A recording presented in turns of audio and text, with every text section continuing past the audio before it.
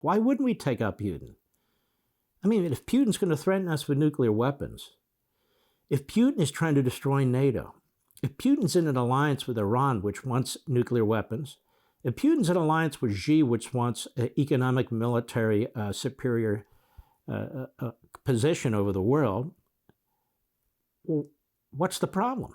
George Washington ordered snipers, as such as they were back then during the Revolutionary War, to take out the leaders of the British military.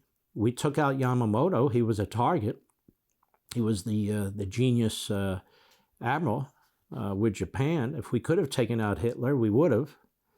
And I can go on and on and on. And so I don't find this odd. Now, I say we take out, I don't mean the United States military or our intelligence agencies or so forth, but why wouldn't we encourage others to do it?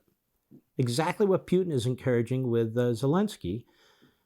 And as I talked about before, Putin's taken out over 122 journalists, over 70 politicians and businessmen. He's a mass murderer. He's an assassin. And yet, you can't talk about taking out Putin. Excuse me, ladies and gentlemen, it's like everything else. We should talk about everything that ought to be on the table.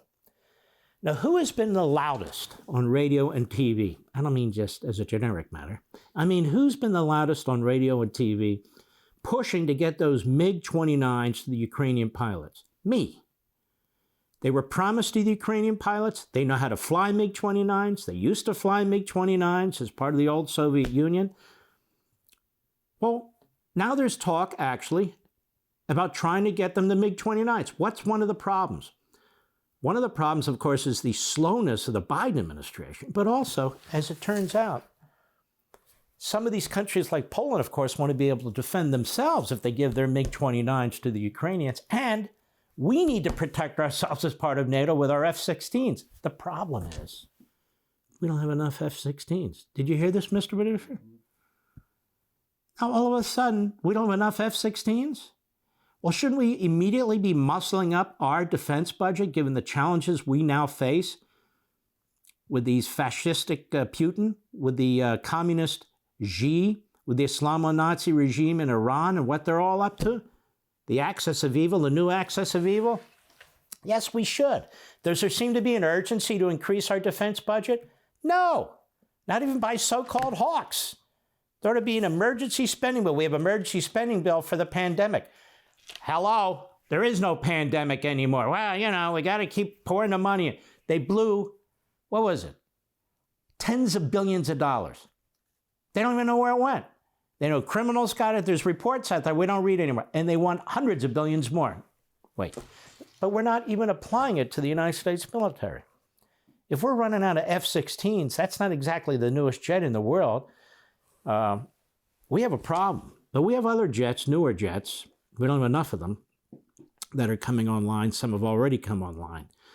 But this is, when you look at the American military, you look at the American industrial might, the production of equipment, including jets and tanks and so forth, there's no match. Certainly not yet. You look at the Russian army, a lot of their equipment's relatively old, as it turns out. They have a very small economy. Their economy is smaller than Texas.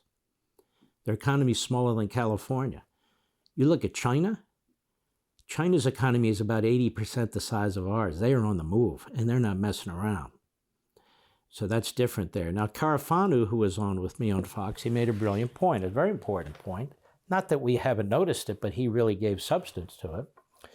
And that is, you can't really talk about Russia and China and Iran as individual countries. You can't bifurcate one from the other. They're working together.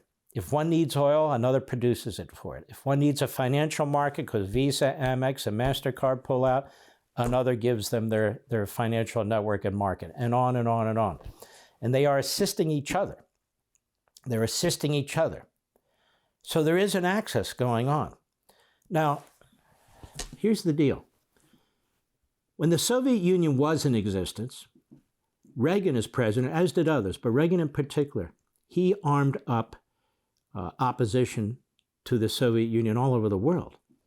Where there were freedom fighters and others resisting the Soviet Union, where the Soviet Union went in to try and control different countries and individuals, he pushed back.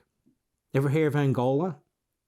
Well, we supported the freedom fighters in Angola against the Russian-backed Cuban forces and others that were trying to keep a communist regime there. We backed forces in Nicaragua.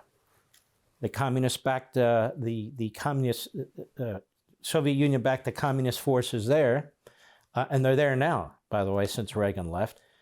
We can go on and on around the world. Even look at Afghanistan. All the Russian, Soviet soldiers that died as a result of our participation providing weapons to the Northern Alliance, among others. And now all of a sudden, we're not supposed to provide jets or anything else we can provide to the Ukrainians. I'm not saying a no-fly zone. I don't think we should do that. I think that's foolish. I don't think we should send infantry soldiers in. I think that's foolish. We don't have to, just like Reagan didn't. But we can actually push Russia back, do severe damage to Putin's war machine, help protect an ally and free peoples who want to live in peace. And you know what? Where is it written that Ukraine has to lose? Where is it written that Ukraine has to have their people have to have a slow death, one city after another? I mentioned this on Hannity the other night. I don't get it. Don't we want the Ukrainians to win? Why is it? I watch these news shows. I watch these analysts. Well, the Russians are moving in from here. They're moving in from here. They're moving in from here. They want to landlock here. They got a 40-mile convoy that's kind of stuck up here, and nobody knows why they're not hitting them, and here, and this is going to happen, and then they're going to cut off their supply. Go, wait a minute. If we give them the MiG-29s they want, that convoy goes bye-bye. They will strafe the hell out of that thing. That can change the whole world.